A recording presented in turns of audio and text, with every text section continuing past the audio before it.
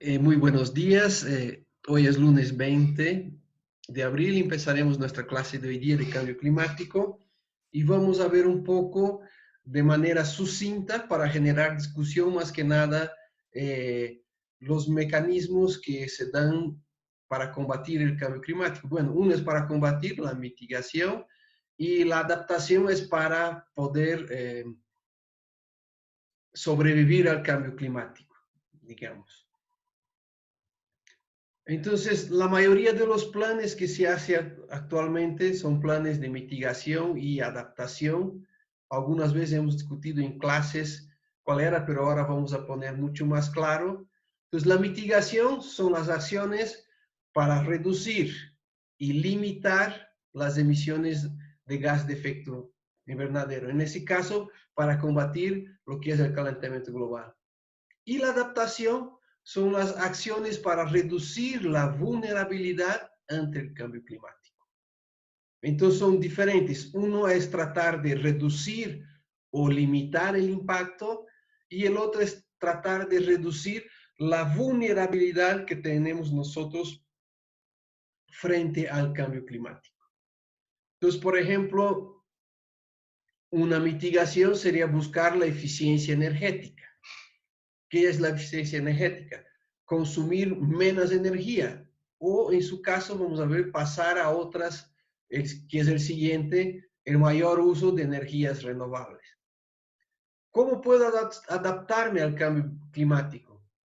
Por ejemplo, que las instalaciones y obras de infraestructura sean más seguras. Por ejemplo, en este caso de una carretera que está al lado en la costa con el mar, entonces tener mecanismos e infraestructura que puedan estar adaptada para minimizar la vulnerabilidad de esa infraestructura hacia eventos extremos, por ejemplo, de inundación. El otro, mitigación, el uso de energías renovables y adaptación sería restauración paisajística, o sea, la restauración ecológica y reforestación de bosques. Tratar de tener un ambiente más autorregulado. Ustedes saben que la vegetación sirve para la estabilidad climática local también. Bueno, grandes masas de vegetación ayudan a la estabilidad local, global, y las pequeñas masas ayudan a la estabilidad climática local. En el caso de mitigar los efectos de gas invernadero es pasar los procesos industriales que se han generado a través de electricidad.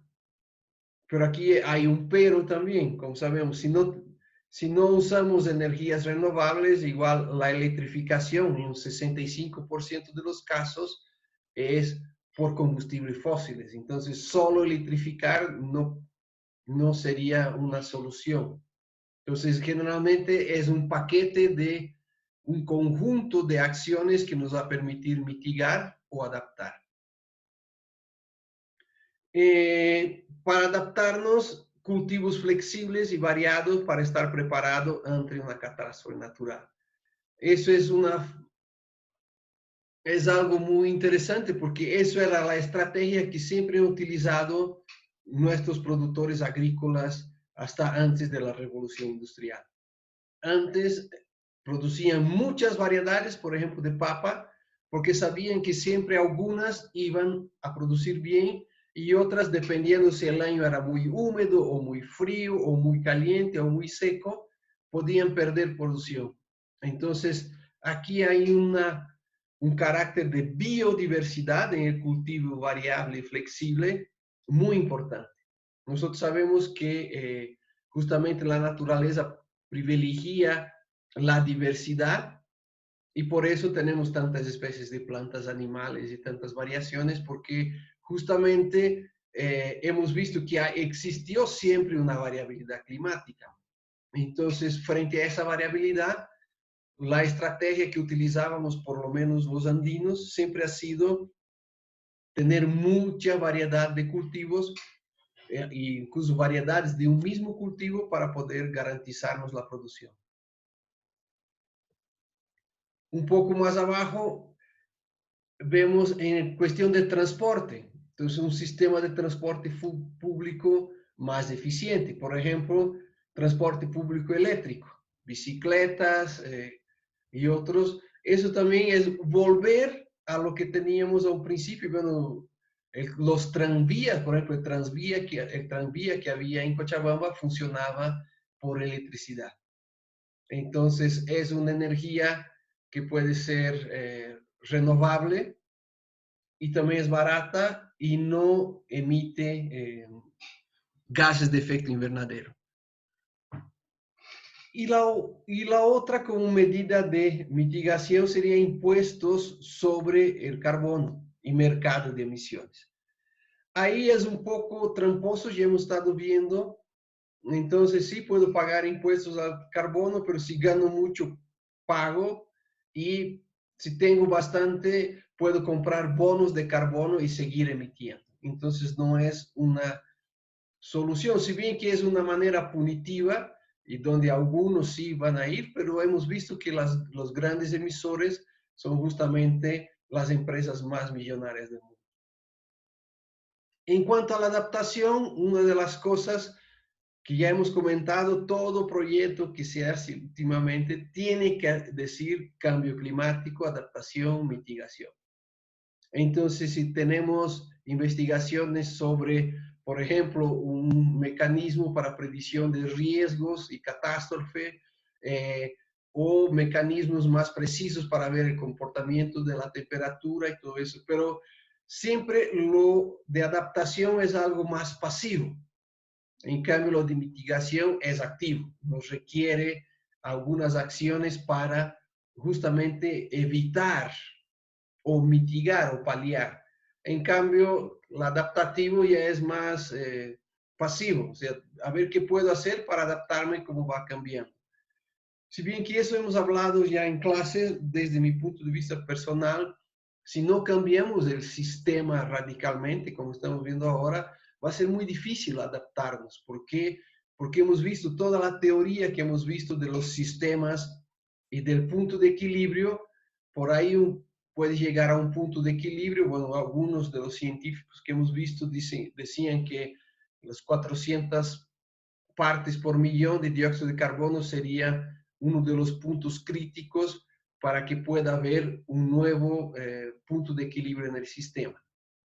Entonces, pero nosotros tenemos que estar presentes, porque en nuestra vida cotidiana, diaria, y cuando seamos profesionales, seguramente nos va a tocar eso. O sea, uno no puede elegir todo lo que quiere hacer. Entonces, si quiero trabajar, voy a tener que entrar a esos mecanismos y hacer planes de adaptación y mitigación. Entonces, aquí está la conclusión. La mitigación se ocupa de las causas, que eso sí es una buena solución. En cambio, la adaptación aborda sus impactos. Entonces, siempre hemos hablado que en todo sentido, en la vida en general, cuando uno quiere resolver el problema, a menos que sea una situación muy excepcional, uno tiene que combatir las causas y no los efectos.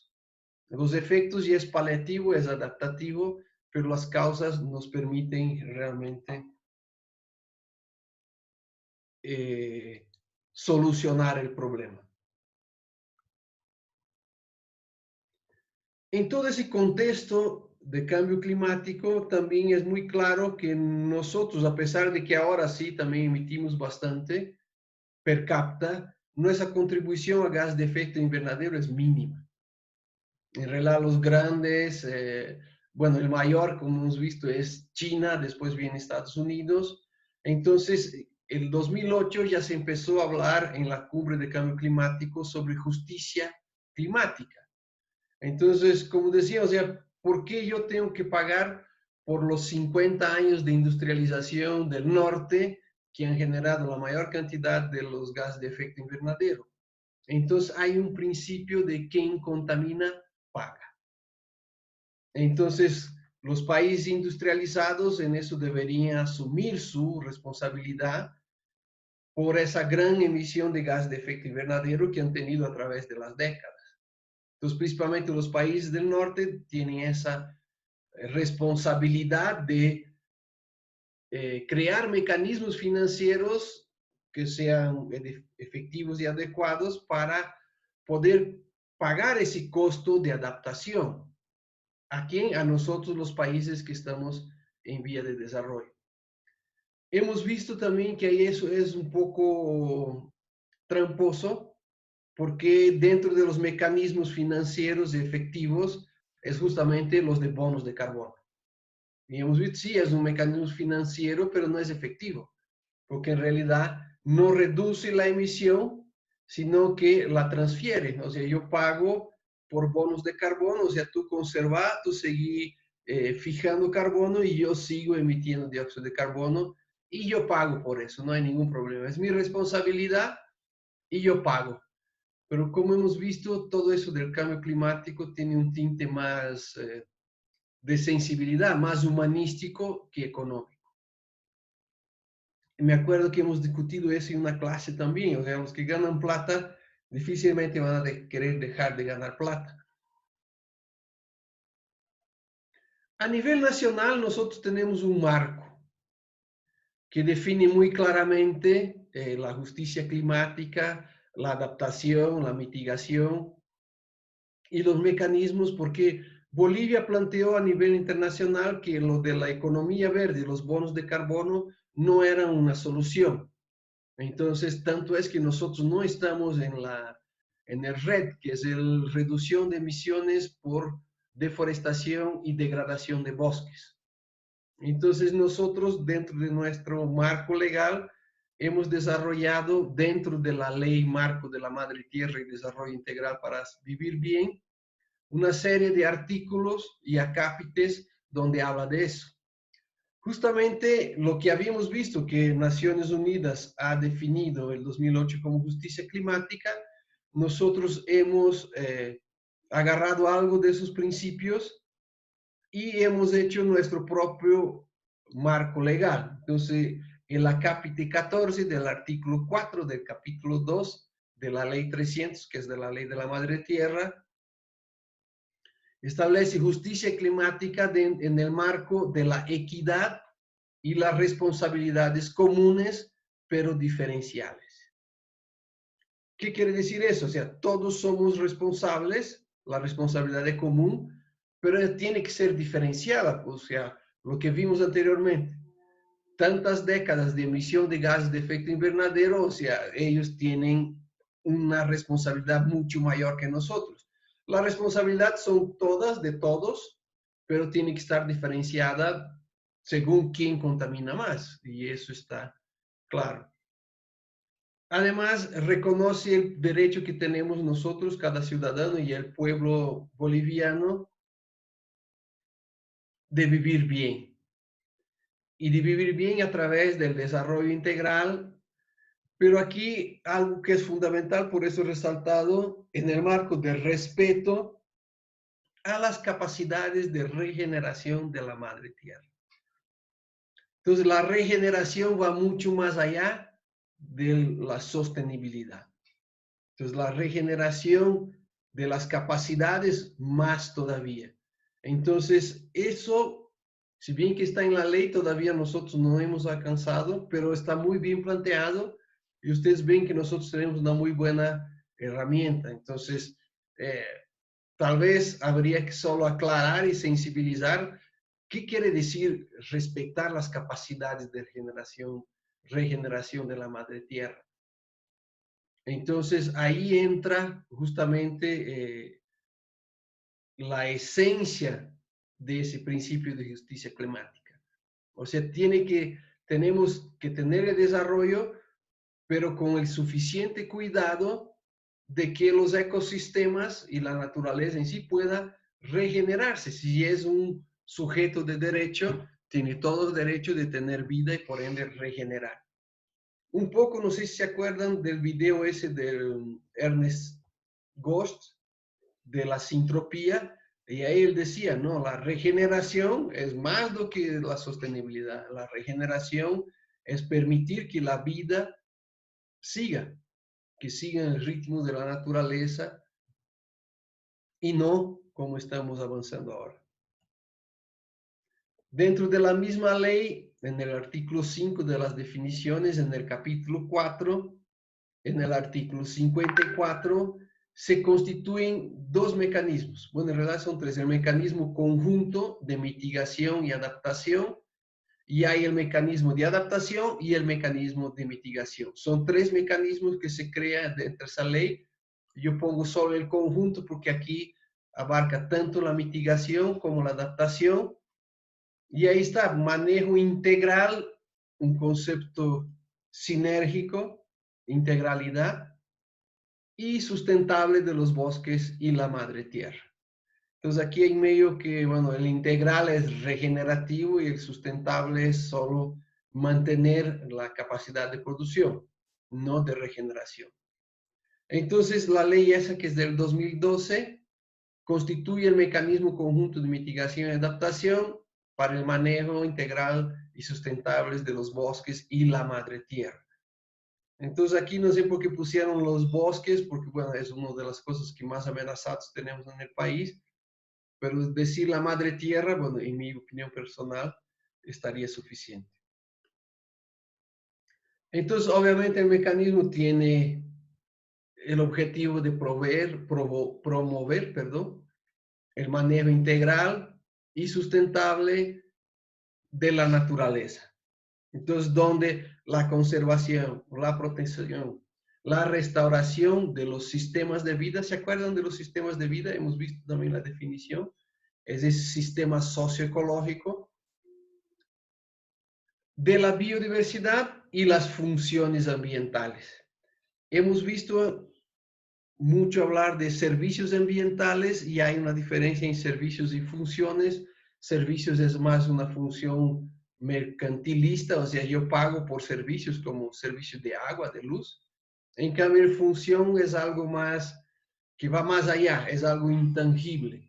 Lo que a veces complica también, ¿no? Porque si es algo intangible, ¿cómo voy a hacer para que exista un resarcimiento, por ejemplo, cuando pierdo funciones ambientales?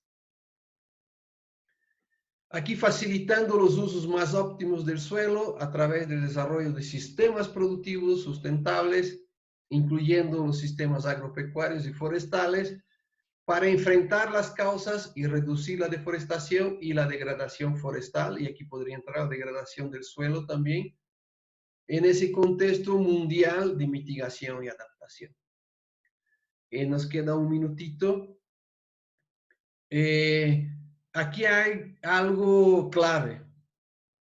¿Cuáles son los usos más óptimos del suelo?